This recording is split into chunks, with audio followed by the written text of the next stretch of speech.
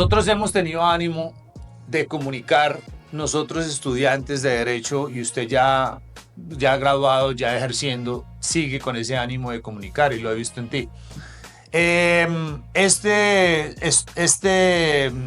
ejercicio se lo presenta al universo, se lo presenta a Dios, se lo presenta a Alá, el que usted quiera creer, pero lo pone en esta posición en este momento. Y esta es la posición para usted desarrollar las habilidades, tocar algunos temas de interés y tener una conversación en lo relevante de lo mismo. Buscamos nosotros que este espacio sea un espacio de tertulia y de algún momento a otro va a ser un espacio de controversia o debate, porque el debate tiene intrínsecamente, enriquece y tiene intrínsecamente que ver con el derecho que nos trae aquí en participación. Entonces, vamos a iniciar con una pequeña presentación de cada uno de nosotros, las credenciales que tengamos. Pues tengo a mi amigo aquí que es un columnista activo de una revista local y así sucesivamente. Entonces, iniciemos contigo, Joan, un poco de credenciales y exagérelas, porque yo quiero que usted empiece a hacer eso. Si usted no lo hace, nadie lo va a hacer por usted. Listo. Acá está cámara.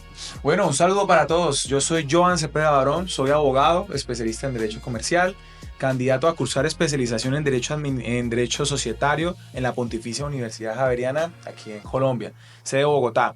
Soy abogado corporativo, me encargo de asesorar las empresas a nivel macro en todo tema aspecto negocial, societario y una que otra vez relaciones de consumo. Esto bien. Eso es. Siga, hermano. Bueno, buen día, buena tarde, buena noche para quienes nos ven. Mi nombre es Oscar Prada, soy estudiante de Derecho, columnista en la revista virtual Corrillos. Un gusto para todos y un saludo muy especial. Bueno, y su servidor Kevin Donés, estudiante de Derecho de la Universidad Uniciencia, y también soy empresario aquí de la ciudad bonita de Bucaramanga. Estoy actuando en esta ocasión como moderador de este tema que nos reúne, que es el derecho. El derecho colombiano, el derecho internacional, el derecho que permea todas las actuaciones directas o indirectas de nuestra sociedad. Entonces iniciamos esta conversación. ¿Qué tema, Oscar, quisieras arrancar hablando sobre qué? ¿Qué ha estado rondando tu mente en estos últimos días? Ok, vamos a pausar un momento y desean tomar agua o café. Yo quiero agua. Ah, bueno, ajá. ¿Y ustedes dos qué quisieran para poder el pan? ¿Agua y café? Sí. ¿Y agua y café? ¿Tenéis café? ¿Y también a base de agua? ¿Esto están dando? Ya están dando. Ok, listo. Estamos en vivo en tu página. Ok. Sí, eso veo. Cepeda para que fuera colaborador. ¿Y cómo hago eso? Sí, ahí me llegó, pero no Mi sé. gente, buenos días a los que nos están viendo en mi Instagram Live, su servidor Kevin Danis, en actuaciones académicas. Este va a ser un espacio nuevo que vamos a impulsar, bueno, para nosotros desarrollar nuestros propios talentos, nuestra facilidad de palabra y nuestro conocimiento en derecho, pero también para atraer amigos que tienen esa palabra sincera, esa palabra académica acá a nuestro participar. Oscar, ¿qué quieres? ¿Cómo te sientes de participar de esto, de este podcast, de esta actividad?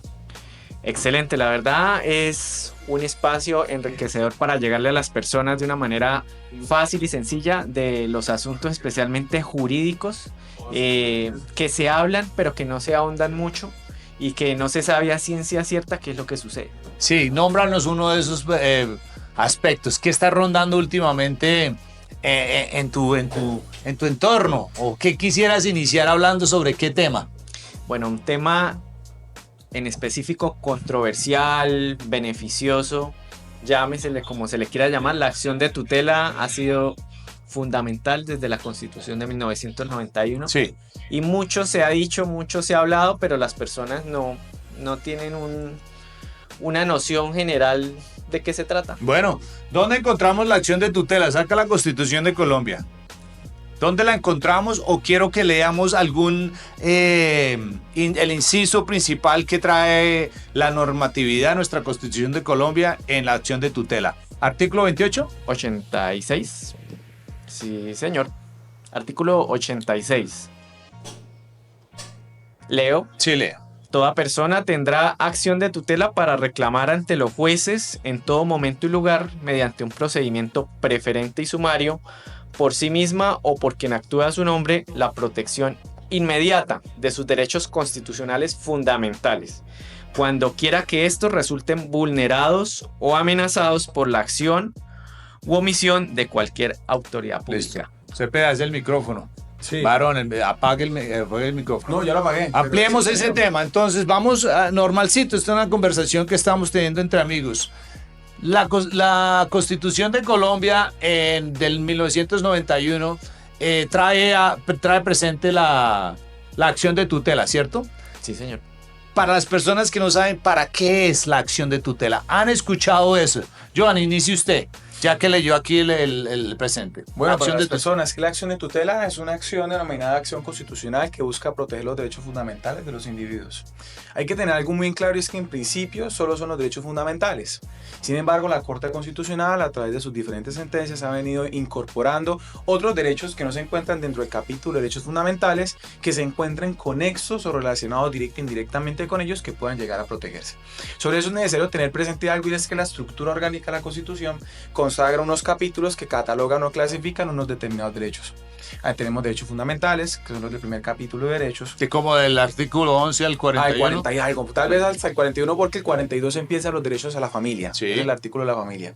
También tenemos derechos sociales, económicos, tenemos derechos Culturales. políticos, culturales entre esos, pero inicialmente la acción constitucional de tutela protege únicamente a los derechos fundamentales. Pero lo digo, no necesariamente nos tenemos que limitar a ese compilado aproximado de 30 artículos, sino que también tenemos la posibilidad de proteger otros derechos fundamentales, alegando con una argumentación lo suficientemente sólida y técnica de que tienen estrecha relación con los derechos fundamentales. Añadiría, es muy amplio el tema, la verdad, y muy interesante. No solo los derechos que están insertos en la Constitución, existen también derechos fundamentales innominados, es decir, que no están expresamente en la Constitución, como mi Sí. compañero lo acaba de decir. A nivel jurisprudencial, pues hay muchos avances y se han reconocido varias garantías que no son menos y que son realmente conquistas de las personas en el cambio social, como por ejemplo, Por ejemplo, eso es lo que iba a decir, por ejemplo. el derecho a la afiliación. Es un derecho que no está consignado en la Constitución. Para los que no saben, filiación. La ¿Es derecho afiliación, familiar o qué? Sí, señor. Ah, bueno. Es el vínculo, pues, de sangre que establece el parentesco. Todas las personas tenemos derecho a saber quiénes son nuestros progenitores, la progenitura. Y eso, esa protección está consagrada no acá en la Constitución expresamente, Sí. sino a nivel jurisprudencial, avances jurisprudenciales. Y ahí se trastoca un poco con el tema de el bloque de constitucionalidad, que son aquel alimento para la Constitución que es el derecho internacional. Sí. Esas Gracias. directrices de derecho internacional insertan en ese bloque de constitucionalidad esas nuevas garantías. Entonces podemos ver que muchas de las conquistas a nivel constitucional han sido invocando ese bloque de constitucionalidad, donde me dice, ven, tal tratado internacional Está funcionando en aquel Corte París. Internacional, la Comisión Interamericana de Derechos Humanos ha dicho que tal derecho debe ser una garantía fundamental y a eso tiene que, a la luz de esas disposiciones, de ese desarrollo, los jueces de la República deben desarrollar y tomarlo. Wow. Oiga, eso es algo que yo no tenía Bastante presente. interesante. De hecho, yo creería que las tendencias del derecho hoy en día están apuntando a un fuerte enjambre internacional. No solamente desde el ámbito constitucionalista, desde el ámbito, digamos que las dinámicas u obligaciones que tienen las mismas entidades del orden nacional, del orden internacional, sino también desde las necesidades económicas. Hoy en día vemos, aquí hay un concepto internacional, un convenio suscrito entre estados que se llaman los tratados de libre comercio. Por Sí, ejemplo, también tenemos TLC. los tratados de la Comunidad Andina, que no son de libre comercio, son suscritos entre Colombia, Bolivia, una serie de países que se suscribió para la potencialización de la protección económica. De hecho, ahí de pronto haciendo un paréntesis, ahí encontramos aquellas disposiciones que tratan sobre los derechos marcarios o la protección comercial que tienen ciertas compañías para el uso de su propiedad intelectual. Por lo menos aquí tenemos un tratado internacional gigante que viene de la Convención de París, tenemos otra normatividad más, al punto que tenemos una organización internacional, como por ejemplo en derecho laboral podrá existir la Organización Internacional del Trabajo. Para la propiedad intelectual hay una que se llama la OMPI, que llama la Organización Mundial de la Propiedad Intelectual. Sí. Y eso es un llamado a una reflexión sumamente importante. Y es que nosotros, o la función del estudiante, la función del intérprete, del ciudadano, del juez, la autoridad judicial, la autoridad administrativa, es no limitarnos a ver el ordenamiento jurídico nacional, sino que también basarnos sobre cuáles son las experiencias o siquiera las construcciones normativas que tenemos a nivel internacional. Porque muchas construcciones normativas a nivel internacional están infiriendo hoy en las de Colombia. Listo, entonces estamos cerrando aquí el primer acápite, el primer contenido que empezamos a hablar, que es la acción de tutela. Para cerrar la acción de tutela, Oscar Prada, últimos mensajitos de acción de tutela. Hagamos de cuenta que las personas son de una vereda o son las personas que no tienen el conocimiento. ¿Para qué es y cómo lo pueden accionar? La acción de tutela. Bueno, como se acaba de decir, al principio es para la protección de los derechos fundamentales. ¿Pero qué son los derechos fundamentales? Exacto. Son aquellos que están en la Constitución. Sin embargo, bien Kevin lo acaba de decir, las personas que no saben cuáles son sus derechos fundamentales, se complica un poco. Sin embargo, son las nociones más básicas del ser humano. Por ejemplo, el artículo 11 habla del derecho a la vida. Es un derecho fundamental. Y con la vida está conexo el derecho a la salud, aunque por desarrollo jurisprudencial el derecho a la salud se volvió un derecho fundamental autónomo. Okay. El derecho al buen nombre, el derecho a la honra, el derecho de solicitar peticiones respetuosas, derecho de petición, ¿sí? Esos son los derechos fundamentales. Hay más dentro del catálogo de derechos fundamentales. El derecho a la igualdad. Excelente. Vamos ahora a hablar, señoras, señores, hablemos sobre la madre de madres, la Carta Magna, que es la Constitución de Colombia. Antes de esta Constitución, hablemos un poco de las anteriores. ¿Qué años se acuerdan ustedes de las anteriores? Bueno, yo salí hace muchito, ¿no? O sea, Sí. hace bastante, pero por ahí tengo presente dos. Yo tengo la del 86, la que antecedió inmediatamente. ¿La 91. 1800? 1800, sí. ¡Wow! Uno a veces 86. piensa que no había gente en ese tiempo, ¿no? Más de un siglo. ¡Wow! Más de un siglo de vigencia. 1886. La constitución política anterior a esta del 1991. Siga. Y hay que decir algo, y es que tras de eso la conformación de esa constitución tuvo una influencia política, ¿no? Entonces, para entonces, quien consolidó esa constitución teníamos una ideología conservadora, pero anterior a la del 86 teníamos otra corriente política que era la liberal, que era la de 1863, que decían que era claramente menos conservadora que la del 86. Entonces, en constituciones que antecedieron a la del 91, tengo nada más presentes a dos, 86 y 63.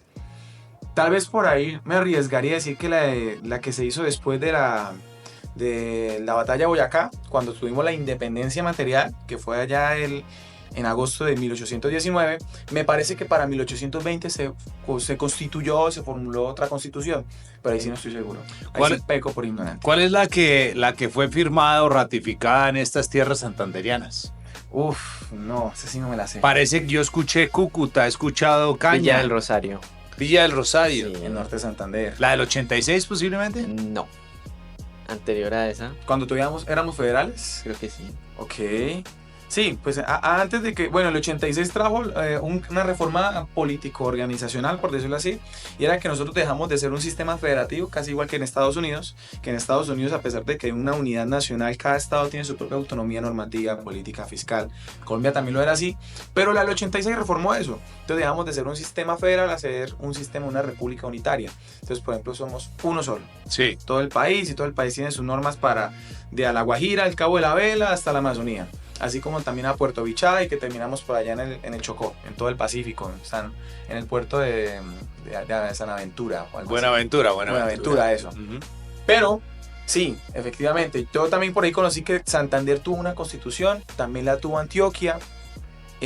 Cuando estábamos en Panamá, Panamá también por ahí tenía una organización normativa, pero ya con detalles sí. Bueno, se me escapa. ¿qué sabe Oscar Prada sobre ese contraste de la anterior a la de 1991 a la del 86?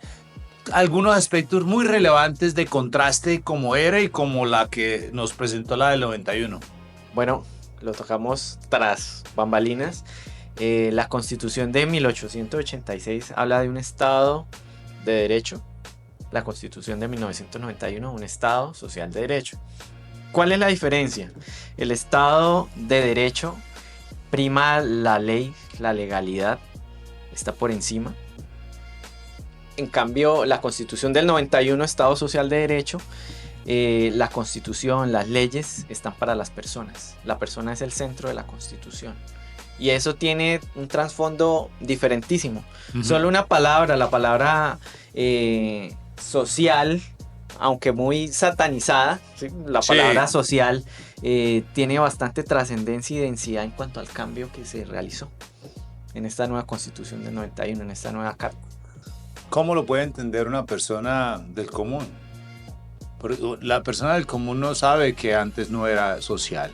O sea, hoy en día el constituyente primario es el que tiene el control del país, o sea, la persona, el pueblo, porque yo he escuchado eso, el pueblo es el que, debido a la Constitución de 1991, el pueblo es el que tiene voz y voto.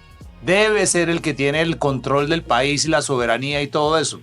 Si bien el artículo 3 indica que la soberanía reside en el pueblo, sí, como usted bien lo acaba de decir, pues es inviable que el pueblo todo absolutamente lo pueda decidir. No se podría gobernar y siempre hay que delegar por medio de nuestros mandatarios, pues todo lo que el pueblo dispone por medio del sufragio, de las votaciones.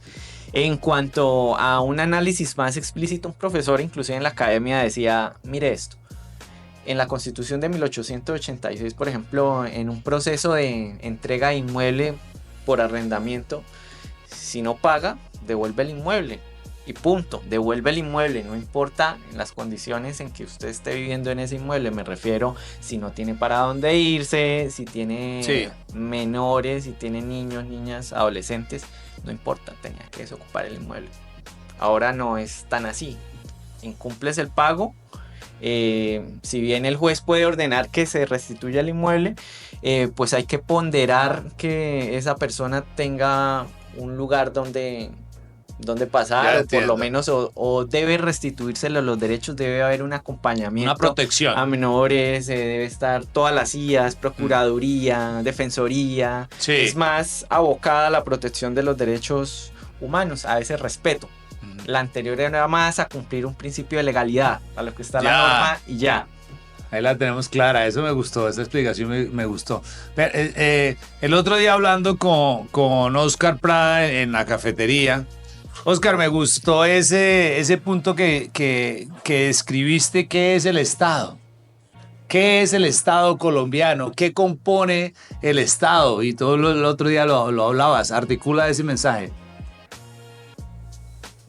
El Estado colombiano son los elementos que lo componen. Son 4 elementos: población, soberanía, territorio y poder público. Pero decías entonces, ¿será que en realidad tenemos un Estado en Colombia? Y decía Prada porque hay sectores de Colombia, de nuestra hermosa Colombia, donde el Estado no hace presencia. Y si el Estado tiene esos 4 elementos y no hay una en un sector, ¿será que habrá Estado? Siga por ahí, ese me gustó desde el punto de vista. El Estado lo componen 4 elementos y si un elemento de ellos falta, con solo uno que falte, no existe Estado. Nómbremelos nuevamente para tenerlo claro.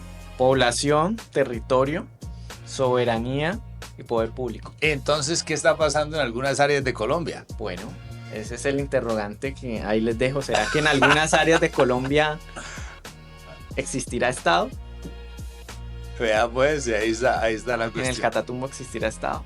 Bueno, Tome la vocería, cambiemos el ritmo de esta conversación. ¿Cuáles otros temas de interés de que están en vanguardia o el pasado que quisiéramos hablar en este momento? Yo quisiera hacer una adición, pero es netamente académico con el tema de la concepción del Estado, y es muy cierto el tema de los elementos que configuran el Estado. Sin embargo, desde una óptica de pronto un tanto conservadora, una óptica un tanto formal, también la concepción de Estado se debe a puras cuestiones netamente de carácter político. Por lo tanto, Colombia, aún teniendo presencia de autoridad o no, sigue siendo Estado por el solo hecho de que tenemos una serie de parámetros nacionales e internacionales con el propósito de materializar esa soberanía nacional, ¿no? Entonces, digamos que el concepto de Estado es como el concepto de persona jurídica. Existe. El Estado es una persona jurídica. Ya. Ahora, Es una el ficción. tema, ahora hay un montonero de clasificaciones. Por ejemplo, no es lo mismo Estado que decir nación, porque la personería jurídica de Colombia no es Estado, sino es nación. Sin embargo, aunque pueden ser conceptos que puedan medianamente relacionarse, cada quien tiene su propio esquema, su propia calificación, su propia naturaleza. Pero el tema de Estado, que es un tema de debate muy amplio, que de seguro ha sido abordado no solo aquí en Colombia, sino yo creo que también ese debate de Estado puede desarrollarse en cualquier otro país de Latinoamérica, teniendo en cuenta las condiciones sociales, políticas, económicas que te rodea Latinoamérica. Pero yo creería que el concepto de Estado es un tema que se aborda netamente desde una arista formal.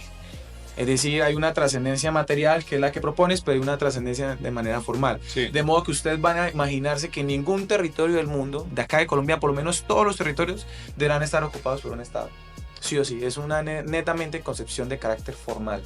Pero sí, completamente. Entonces el tema también de la falta o ausencia se debe tal vez por cuestiones también a lo mismo políticas. Acá en Colombia hay un montón de territorios de que de seguro no ha llegado todo el Estado, ni siquiera nosotros los individuos. Por ejemplo, hay una zona muy chévere y que los invito de pronto a investigar conmigo, porque tampoco es que yo la conozca del todo, que es de Chiribiquete.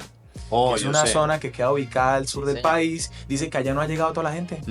Es un parque nacional, ¿no? Exacto, es un parque nacional, y de hecho allá hay una que otra escultura que representa las civilizaciones que antecedieron a la que estamos aquí. Jeroglíficos. Exacto, muchos digo, eso tiene un nombre en especial, no me acuerdo cuál es. Pero entonces imagínense que también materialmente pongámonos a pensar, ¿será que el Estado es capaz de llegar a todo lugar? Tenemos una organización tan fuerte que un Estado puede llegar a todo lugar. Pongámonos a pensar inclusive en Estados Unidos, que es un país casi 4 veces más grande, puede que me falle en el error, que Colombia.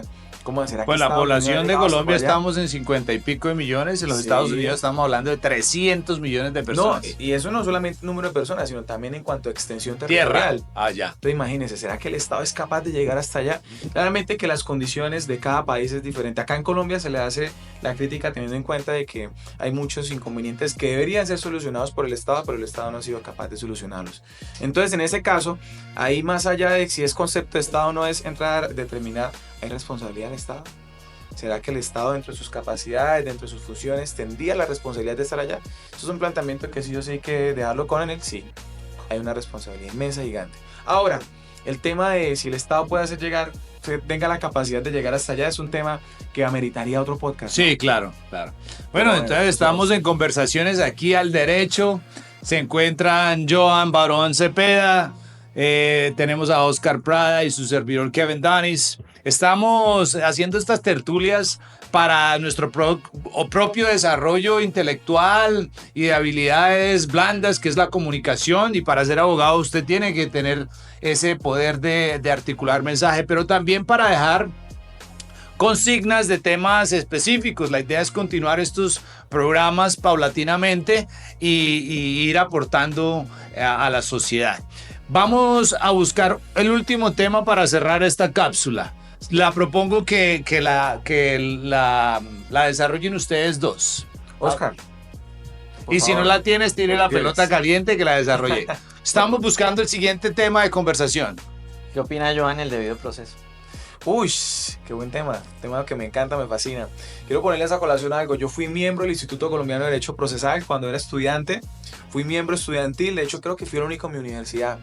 Lastimosamente hoy en día la gente no está queriendo ver o identificar la necesidad y la importancia que tiene el proceso, el debido proceso y todas sus vicisitudes.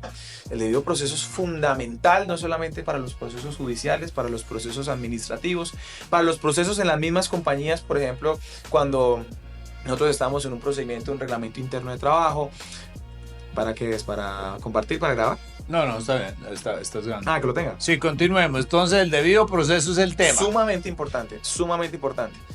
Regulado por el artículo, inicialmente por el artículo 29 de la Constitución Nacional, por ahí también regulado por la Ley 270 del 95, que es la Ley Estatutaria de la Administración de Justicia. Mejor dicho, yo me atrevería a decir que toda norma en la que se involucre la intromisión de los derechos, deberes y obligaciones de un individuo, bien sea un individuo como persona natural, un individuo como persona jurídica, de carácter privado, de carácter estatal, Sí. que se ve inmerso en un procedimiento con el propósito de entrar a determinar si se hace o no se hace algo, si se sanciona o no se sanciona, si está cumpliendo o no está cumpliendo, sí o sí esa norma debe tener un especial artículo que trate de verse sobre el debido proceso. Sumamente fundamental. Pero ¿tú qué opinas del debido proceso? Bueno, el debido proceso es una limitación al poder de la autoridad, de la administración. Repita eso. ¿Es una qué? Limitación al poder de la administración. Wow, Bueno, no lo ¿y había eso visto qué de esa es? forma. ¿Eso qué es? ¿Cómo es una limitación a la administración? El debido al poder proceso. de la administración. Antes, si no estoy mal, Joan, me corrigen. Si cometo alguna imprecisión, pues antes de la Revolución Francesa, pues las leyes, especialmente las conductas punibles, penales, digámoslo así, te arrestaban por cualquier cosa sin saber ni siquiera por qué te arrestaban. No, por ejemplo, el tema de cuando cazaban a las mujeres que las señalaban como brujas. ¿Se acuerdan que en un tiempo la mujer, no, ella es bruja, inmediatamente? O se procedía a quemarla o se le colocaban esas piedras, se le amarraban con una cadena una piedra y la botaban al río. Sin ella tener la oportunidad de defensa.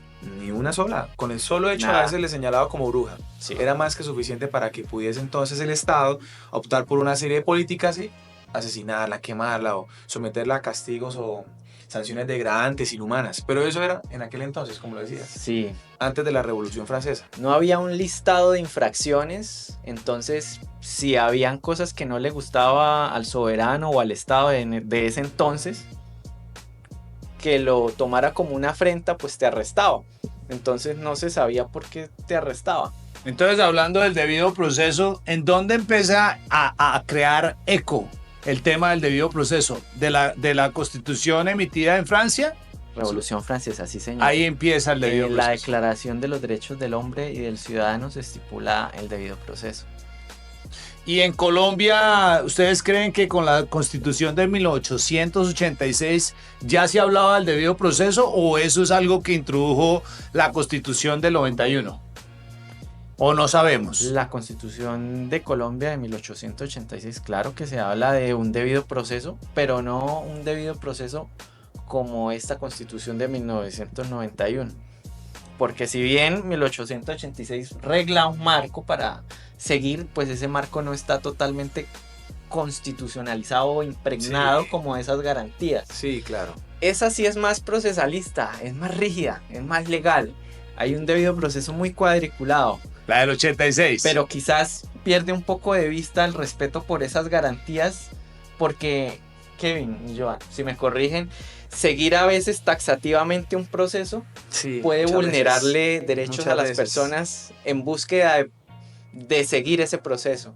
A veces seguir la regla no da buenos resultados. En algunas ocasiones.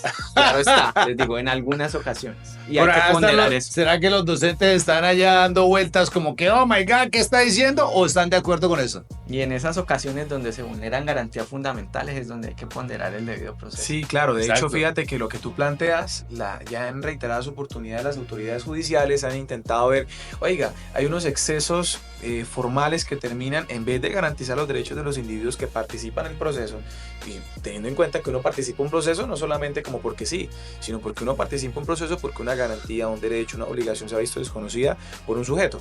Entonces uno, al ver que ese mismo sujeto, sin los mecanismos de autocomposición que permitan solucionar por ellos mismos alternativamente el conflicto, eso captar por vía judicial, que el mismo Estado se encargue de intervenir, a veces el Estado en esa intervención se le olvida. Se olvida que su propósito es mucho más allá de ver si se está cumpliendo un contrato en los términos Sí. que digo en la cláusula segunda. Se olvida que de pronto un individuo que está solicitando un medicamento tiene una finalidad, un detrimento económico que obliga al Estado a activar Listo. todos sus aparatos para poderlo proteger. Entonces, para concluir acá, el debido proceso está taxativamente consagrado y todos esos procesos tienen que estar escritos en algún lado, ¿correcto? Claro que sí. Todos están. Tiene que estar estipulado el procedimiento que se debe abarcar, especialmente en las actuaciones administrativas. Actuaciones administrativas, llámese no solo la administración pública que nos imaginamos que es pues la alcaldía, la gobernación, no. Actuaciones administrativas hablo de la administración de justicia, servicios públicos, no solamente abrir la llave del grifo, sino educación, salud, etcétera. Bueno, entonces hemos participado de esta primera cápsula, este primer podcast. Estamos buscándole el nombre correcto a nuestro podcast. Lo que sí sabemos es que somos estudiantes de Derecho, tenemos amigos abogados y la idea es desarrollar nuestros talentos, desarrollar contenido para el área de Derecho. Y todo lo que contempla, y queremos hacer la invitación a los estudiantes de toda la área metropolitana de Derecho que vengan, participen de esta mesa y que creamos una comunidad de información así. ¿Qué más quieres agregar? No, nada. Este espacio. Síganos. En realidad esto es una cápsula que nos da la orientación, nos da la noción y nos vislumbra en dónde estamos parados, nos da un norte, un sur y nos abre un poco como claro, la mente. Oscar, ¿y cuáles son tus redes sociales para que nos sigan? X, Oscar Prada 12. Por ahí Kevin dijo que tú eres columnista. ¿En dónde eres columnista? Sí, claro, soy columnista en la revista virtual Corrillos. Corrillos. Sí, señor. ¿Y cuál fue ese último tema que habló usted? ¿De qué escribió? Las mujeres son una minoría mayoritaria. ¿Ese es el título? Uy, curioso. Yo alguna vez hice unas columnas de opinión, pero eso sí fue hace tiempo. Yo ya como que me desvinculé del tema porque, sí. No sé, no creía tener la técnica suficiente para hacer columnas de opinión y por tampoco favor, tener nombres así. Hoy demostró. Pero yo lo hice en las dos orillas. En las dos orillas, por ahí alcancé a publicar unas 3 columnas. Sí. Una relacionada en aquel entonces, yo empecé en el 2020, cuando el Estado decidió dar apertura a los establecimientos de comercio dedicados a la venta de alcohol, pero no a las universidades. Yo estaba furioso. Y ¿cómo así? ¿Cómo eso es posible? Nosotros necesitamos ir a estudiar. Los mecanismos virtuales no son suficientes para dar clases. Hice una columna de opinión criticando eso. Y bueno, las otras 2 hablé sobre temas empresariales, pero el tema de hacer columna de opinión es un tema para valientes, sí. Oscar, eres bastante valiente. Excelente. Un reto impresionante. Gracias. En Instagram, ¿cómo apareces? Instagram, Oscar Prada 12 también. Ahí lo vamos a poner. Esto ha sido su servidor Kevin Donés, Oscar Prada, Joan Barón. Estamos en este programa llamado Abogados en Acción Podcast.